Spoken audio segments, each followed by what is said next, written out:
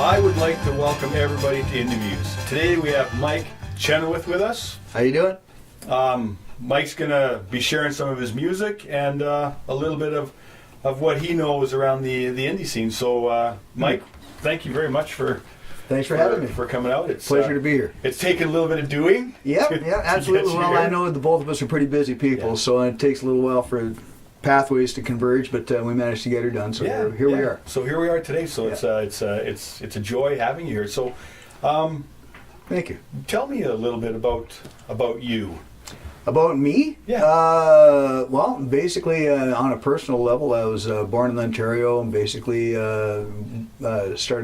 got my early start there in Ontario, and then at a very early age, started moving around all over the country with my family. A lot of people think it was a military thing, or as you mentioned, possibly an oil patch thing, but no, my mom and dad were basically footloose. Yeah. And we spent a lot of time traveling all across the country. I've been across the country in the backseat of a car. I went by a train, that kind of thing, all the way from mostly between Ontario and BC, between places like, in Ontario, places like Woodstock and Embro and Ingersoll and places like that, London.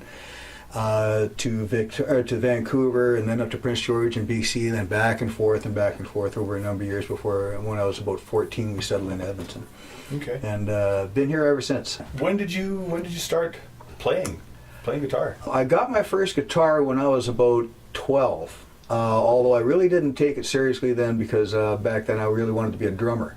I think my mom and dad picked up on that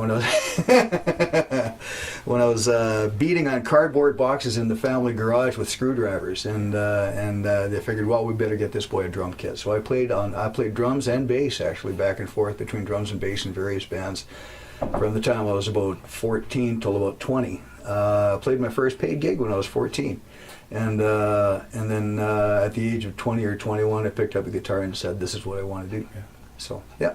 And haven't looked back since? Not one bit. Okay. And did you, like, singing, songwriting, you started playing guitar, did you start writing almost right away, or how did that work for you? I started writing very primitively back when I started playing guitar. Of course, that's pretty much where we all start. But as a craft, looking at it as a craft, I really didn't start until I was much older, probably into my 30s.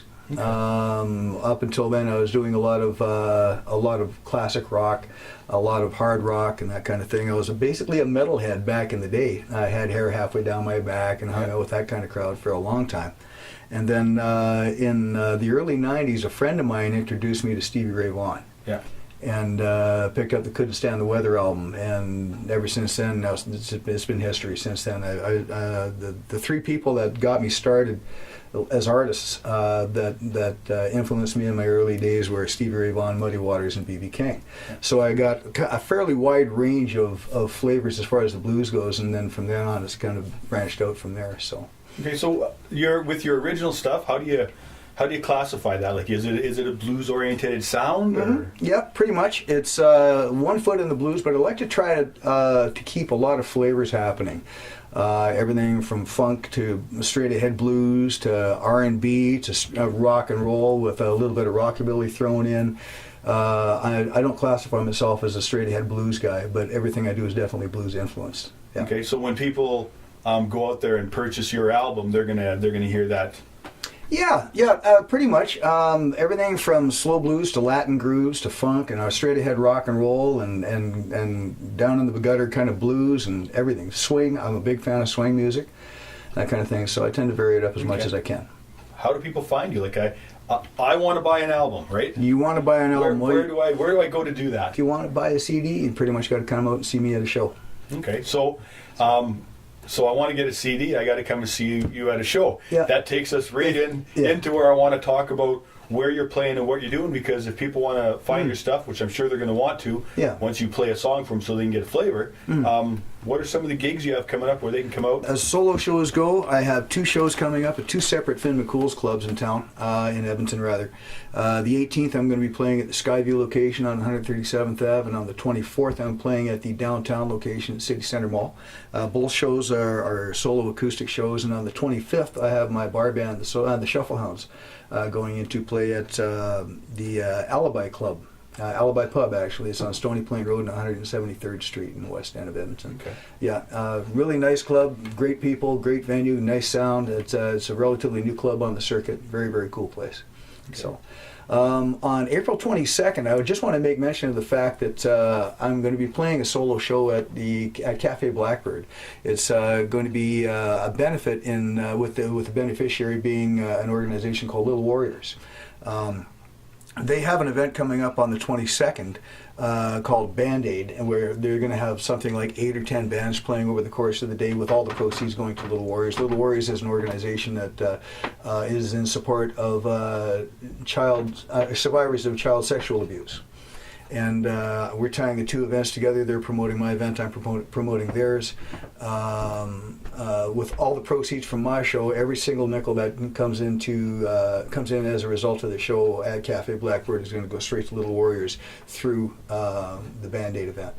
So I'm very proud to announce that, and if I'm lucky, I might be able to pull in a couple extra guest artists to go along with it. So everything that is collected at the gate, everything from the merchandise sales like CDs and such, every nickel is going to go to Little Warriors that day. Beautiful. So, that's a pretty incredible thing. Making sure that we're looking after the people out there need to be looked Absolutely, and I'm a firm believer. I've been really, really lucky, very fortunate in being able to work a lot as a musician. Edmonton and the province of Alberta has been really good to me. So I'm a firm believer in giving back some of what you've been getting. So this is one of the ways that I like to do that. What does an indie musician have to do nowadays to make ends meet? As far as like, flipping burgers or working up north, what do you do to make ends meet? Are you in music all the time? Everything I do has pretty much got one foot in music in one way or another. I worked a lot of day jobs for a lot of years, and I thought, geez, this isn't getting me anywhere, really. It's not doing anything to build my resume. It's not really what I wanted to do. So, and I spent a lot of years living out of a suitcase in two functions, actually. One being a musician, and another, I was actually a hockey coach for 13 years. So I spent a lot of time in hotels and that kind of thing. And I kind of got a little bit tired of that, and I wanted to be able to stay a little bit more local for a while and venture out when I wanted to, but not necessarily live off of that all the time. It gets to be a bit of a grind. So the best thing I can say is diversify as much as you can. I've got, like I mentioned before, I have a jam that I've been running at the gas pump every Saturday for 7 years. I have my bar band, the Shuffle Hounds. I have my solo shows. Some other things I do, I teach at Resonate Music School and Studio. I've been there for just about 4 years now. Okay. Got a really good student base there. Before that, I was teaching at a place called Edmonton Music Studios for about 5 years. I also run a guitar repair shop called Wizard Guitar Works, getting a lot of testimonials from a lot of the top players in the area that like my work. So, so everything I do is basically music related, and it also helps. One facet of that will support all the others, because you get to network and talk with other people in the area, and anything that new comes up, you always have a pretty good a good connection to that. So how important is networking in the music industry in Edmonton? It's paramount. It's absolutely necessary, because people need to know who you are and what you do, and that way, if your name comes up in conversation, then hopefully it's mentioned to the right ear, and then before you know it, hopefully you get a phone call. I want to hear you play a song, and that's like one of the best things that I like about doing the interviews is I get to hear everybody play a song. So I would love to. Yeah. So what are you going to do for us? It's a song I wrote back in the day called Hubby Trouble. Okay. Yeah, and I think it's self-explanatory. So. Well, if it's not now, it will be by the time you're done. So. Yeah, absolutely. Yeah, let's fire it up. Okay. Not necessarily autobiographical.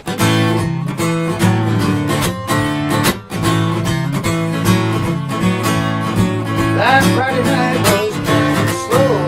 Down at my favorite line, watering hole. I was drinking bad, shooting pool, sipping Jack, eating food, and through the door, and he stumbled. He was half cut, looking for trouble. He came straight at me with a steely grin. He said, "Listen up, Jack, I'm going to do you in. I saw my baby's car just the other day outside my house, and I feel the same. My baby's got that cage, a permanent grin, and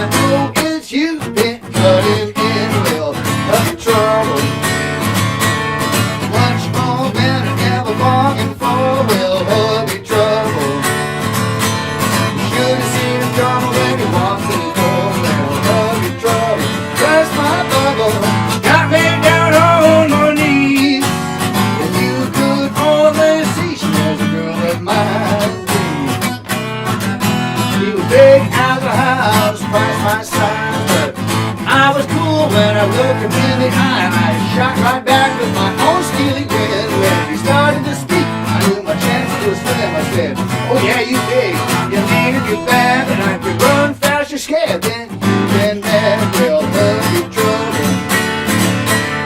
Much more than I ever bargained for. They'll love you trouble. You should have seen it coming when you walked to the door. Love you trouble. Burst my bubble. Got me down on my knees. If you could only see she was a girl of mine.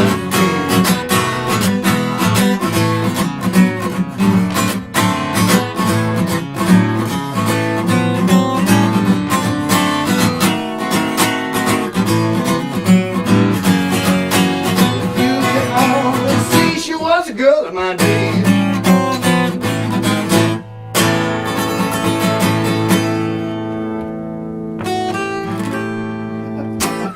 Beautiful. I love it. I love it. I love that song. That's nice. Thank you. And of course, no, it doesn't. It's not actually, you didn't get into that trouble. You would never do. No, that, right? never. So no, not autobiographical at all. good. So what's coming up for Mike down the road?